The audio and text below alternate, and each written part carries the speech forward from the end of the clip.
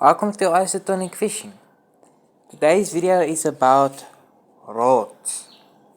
Now, there's only three main rods you need to concern yourself with.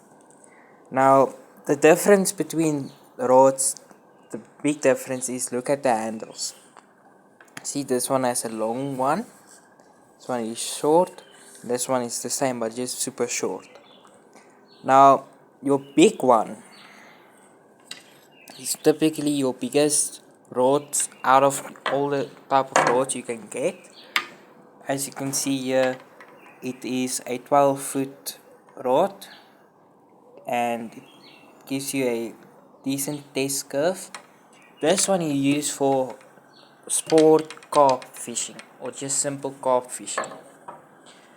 This type of rod I normally use for a bit more predatory fish like barber, catfish, bass, something like that. And your very small rods you use for your bigger fish that are in the sport category like bass, pike, pickerel for that sport fish. Let me quickly show you how they look size comparison. Starting out small, the blue one, you can see it's not so long. It's only about 2.13 meters. It's not so long at all. It's a super lightweight rod that you use for sport angling, just like bass and pike and those type of stuff. This one is a bit bigger, coming in at about 6 foot, I believe, or a bit bigger. As you can see, it's much bigger than the previous one. And then you have your sport carp rod that is super big in compared with the others. If we put the knobs at each other, you will see that they'll measure in and around the same handle width, but not really. And with rod distance measurements, you can see how the distance compare.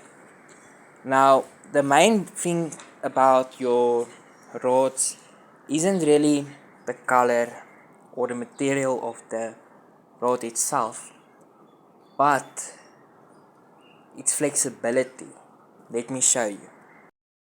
And this one is why I say it's for your predatory bait fish is because it doesn't have that big of a whip. It's a very sturdy rod that gets decent distance but isn't so flexible for that sensitive mouth of the carp.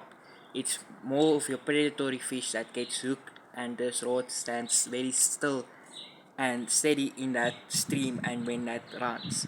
As you see, it doesn't really have that big of a whip and it's just a straightforward moving cast you use. Now, the only big important thing about the rods is its flexibility. As I would now show you, that wiggle in the foresight of this rod is the only important thing, because with that whip in the rod, it shows you how strong it can handle a fish and how far your distance is. Because the best throw in your category of bait fishing, it would be a whip motion, something like that. A very subtle, very fast whipping motion. As you see, this one is very fast and it has a good flexibility. This one, why it's your mostly the smaller rods that is your sport fish like bass, because the rod itself is very small and most of it is solid, so it doesn't have the big of a whip except at that point. In the far front of this rod, it has that wiggle where you can really see how it moves, because you want to cast decent mount and have that sensitive tip of this rod, so when that fish comes and hook it, you can immediately strike on it and you have a fish on. It doesn't really need that distance and it doesn't need that sensibility because predatory fish grabs it and you will immediately be able to move this rod. Now, after you have purchased your rods, you would want to get a sleeve like this to put away your rods. It's a very inexpensive way to put away your rods, and it protects your rod. Now, as you can see, most of them have two pouches, a big one and a short one. Now, what I recommend you do is take one set of rods, the smaller one, put them on the left side. Be careful not to hurt the eyes of the rod, just like that. Being careful not to hurt that eyes of the rod. Then take your bigger rods, put them together, watching out not to hurt your eyes when you go in, and put that. Yeah, I struggled a bit to get the rods in, but after you have carefully put them in, be careful not to hurt your eyes of the rod. It's a very affordable and cheap way to take care of your rods, and you can travel with this. Just take this, go on your fishing trip. Comfortable and easy, and protect your rods at all times. Afterwards, you can just put it in your garage or wherever you have. So next time, this has been Entrepreneur Fishing.